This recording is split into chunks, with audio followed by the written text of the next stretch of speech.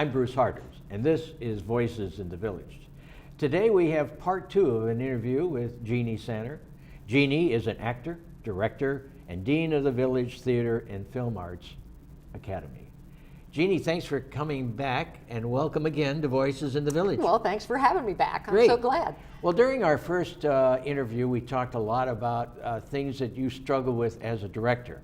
Not only talking about 12 Angry Jurors, or men, and how difficult it is being able to direct 12 people on the stage all the time, as well as your new position you're taking now in directing another play.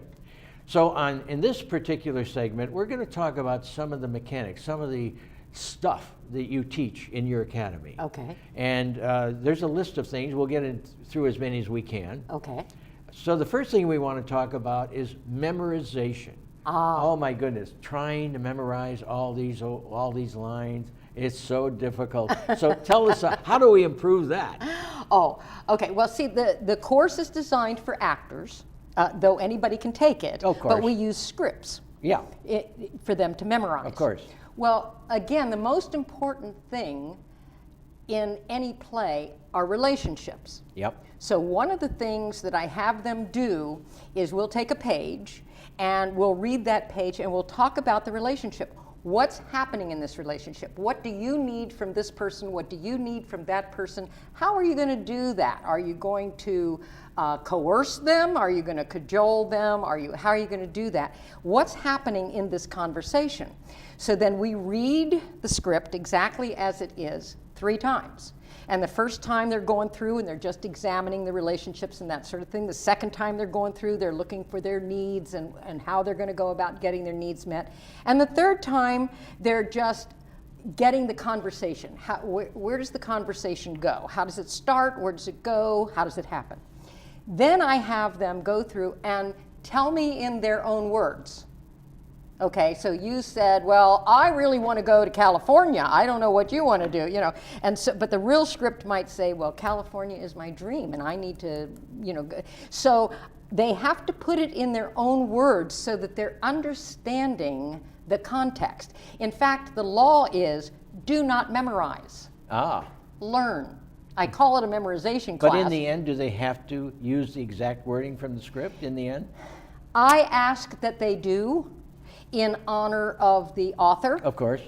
But again, if their character is getting this across. To get there, yes, you need to do this. We need to go through this process. Now again, exact wording is also very important for other actors on the stage. They're listening. They're waiting for a cue. That's They're right. listening. They need the timing, and if you decide to throw something in, you know. For instance, listening is extremely important. I'm glad you brought that up. Yeah. And they have to listen to each other when they're putting it in their own words. And you know, until a lot of people who are on theater never get that message, and they don't realize by listening they can learn so much easily, because when they hear what they're saying, somebody's saying to them, they kind of get an idea what to say back. Exactly. But if what they would their character say back? If they just wait for you to stop, I don't know where I'm at. Yeah. If I'm waiting for my cue line instead of what the message is that's happening here, the person may forget the cue line, may say it incorrectly, may say it before they're supposed to say it, and then you come in beforehand. But see, you also have to do, for instance, if you've ordered a cup of coffee in the restaurant and the person says, here's your tea, accidentally. Right. Then you have to say, oh, I had ordered coffee, but I'll take the tea, thank you.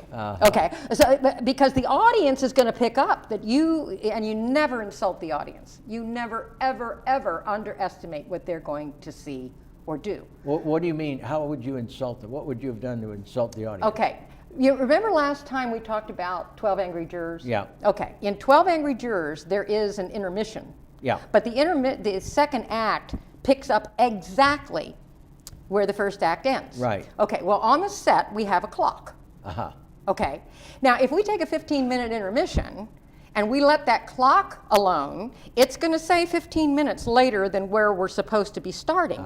So I had them take the clock down, take the batteries out, and just before we go back on, we put the batteries in and put the clock back up. Because I know there's going to be someone in that audience who is going to pick up on that clock. Sure. And what that does, unfortunately, is take them out of the illusion we're trying to create. That's right. I want them to stay in the illusion. That's But to get back to memorization, the key is to understand and to listen. Understand what's happening in this scene and to listen carefully to what somebody is saying. So if they say the wrong thing, you can still come back with what needs to be done, Right. but rearrange it so that it fits and that the audience would understand it. So in all honesty, we took a page that people had struggled with, and in 15 minutes, every one of them had it down pat. Well, that's fantastic. That's fantastic. Okay, another element is stage movement. What's Yes. that about? Okay. It's called blocking in theater. And Why do they call it blocking? So you because- don't block somebody else? Exactly. Okay. So you don't block somebody else, plus you have specific places you're supposed to be so that a stage picture can be created. Okay, so that any time the audience is looking at the stage, it's balanced, this picture. You don't see everybody on this side of the stage unless they need to be. Right. Okay, so blocking is about, now, I'm going to try to, I don't know if I can demonstrate this. I'll have to just talk about it, but You can't stand up on the okay, tape. on the sorry. tape. No, I was going to stand up here, but let me give you an example, a perfect example. When I was dealing with some folks that hadn't had any blocking training, and I had a table, and there was a chair there and a chair here, and the chairs had been sort of pushed into the table like you normally would do, and the direction was for this person to sit in the chair. But they didn't move the chair. They were scooching in like this, and they were, they were doing all of that to try to get into the chair. And I said, what would you do at home? Yeah, right. You'd move the chair. Sure. So they need to get really comfortable. They need to own the stage. This is their home for that time. Like putting on a coat. Exactly. And they need to move that chair so that it's where it needs to be. Now, you don't drag the chair because that's going to make noise. So you pick the chair up and you get it so you're sitting down. So it's simple things like that. And Yeah. how to get up out of a chair so Yeah. it isn't awkward. How to sit in a couch and get up off Right. the couch so it isn't awkward. Stage movement. Yes, stage Okay, movement. How to okay. come in and how to go out. Oh, this is another thing real quick on stage movement Yeah. that happens often. They'll come in and I'll say, okay, now you've never been in this apartment before. Okay, this is the scene, it's an apartment. This is the first time you've seen this guy's apartment. So you come in. So I said, okay, come in. And I can't tell you how many actors who don't have training in movement will come in and they'll start doing this.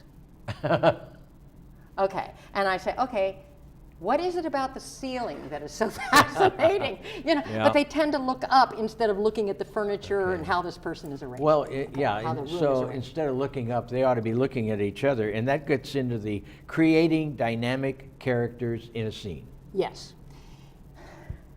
Dynamic characters means that there is energy, energy, energy.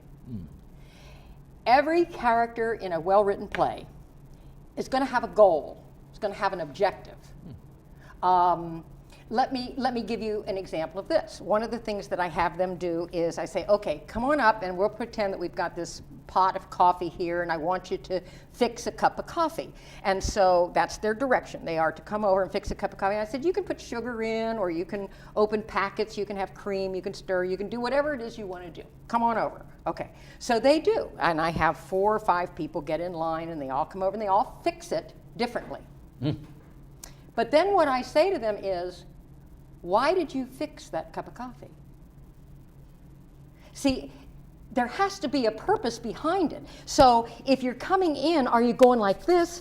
Oh, a cup of coffee, because I'm cold. Or, oh, God, I just woke up and I can't wait to have that cup of coffee. So you have to kind of work with not just people, but things, these things. These things and these motivations, what makes somebody dynamic is the 3 aspects of their being. Are they 3-dimensional? There's something physical, there's something emotional, and there's something spiritual. There's something physical, mental, and spiritual about each one. So what is the spirit of this moment? Well, I'm cold and I need to have a hot cup of coffee. And, so even if it's merely a direction, the director really wants you on this side of the stage, okay, because somebody's going to be ringing the doorbell. So I might say, okay, well, I want you on that side. Go fix a cup of coffee so that you're on that side of the stage, so when the doorbell rings, you're there. But they can't just walk over and fix a cup of Right, coffee just to be exactly. fixing a cup of coffee because the director said so. That's You right. know, you have to have a purpose behind it. So you want to get the mind and the body and the soul all together in each character. Sounds good to me. Jeannie, you've covered a lot of material in this 10 minutes. Believe me, I think all of you out there will really get some benefit out of this one. And again, Jeannie, thanks for coming back for part 2 of our interview. And for you folks out there, you come back soon. I'm Bruce Harders, and this has been Voices in the Village. See you later. Bye-bye.